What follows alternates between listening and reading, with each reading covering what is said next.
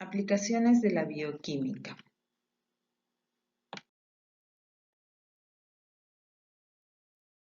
Bioquímica estructural.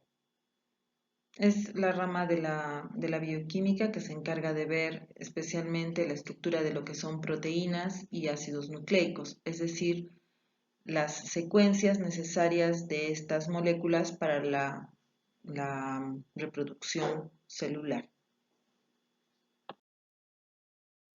Química bioorgánica. Es la disciplina que combina lo que sería la química orgánica con la bioquímica. Es decir, que todos los avances que se hagan en química orgánica están dirigidos hacia lo que sería la biología celular, tanto de plantas, animales como de microorganismos.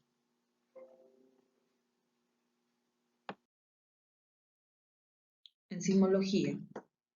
Es la rama de la bioquímica que se encarga del estudio de las enzimas. ¿Qué son las enzimas?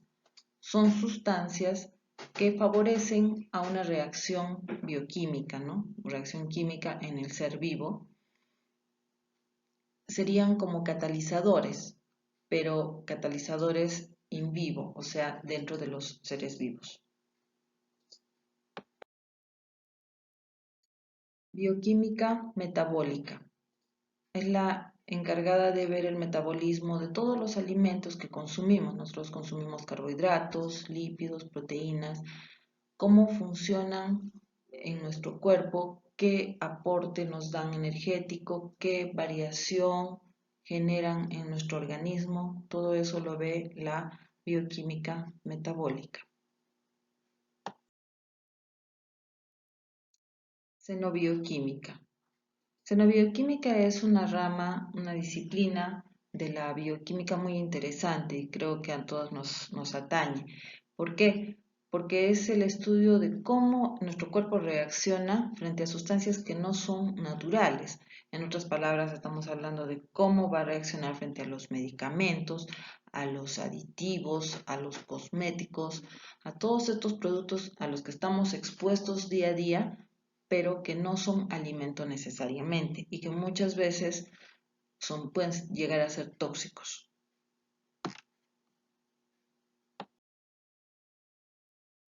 Inmunología. Inmunología es la rama de la bioquímica o aplicación de la bioquímica que ve cómo es que las células o las defensas de nuestro cuerpo reaccionan frente a sustancias o agentes, externos al cuerpo. Hablamos de virus, hablamos de bacterias. Estos agentes hacen que nuestro cuerpo reaccione y se defienda, de tal suerte de que en una agresión posterior ya sabe cómo defenderse frente a determinado agente externo. La quimiotaxonomía. Taxonomía es la clasificación. Quimiotaxonomía se refiere a que apoya la bioquímica a la clasificación que es externa o es visual, por así decirlo. Observa los compuestos que tiene cada una de estas especies para poder clasificarlos por similitud de compuestos o de metabolitos que pudiera tener. Endocrinología. Endocrinología es el estudio de las hormonas. Las hormonas son sustancias que secretan las glándulas y que tienen una función en un órgano alejado a ellas. Por ejemplo, la insulina, que se secreta en el páncreas y va hacia todo el cuerpo, o la adrenalina en las gónadas suprarrenales, que van también hacia todo el cuerpo. La neuroquímica. La neuroquímica lo que va a estudiar es a los neurotransmisores, es decir, las sustancias que van a funcionar entre neurona y neurona para la comunicación y la conectividad del impulso nervioso. Virología. Virología es el estudio de los virus. Es el estudio de este tipo de entidades que en muchas consideraciones se toma como si estuvieran vivos y en otros como que no.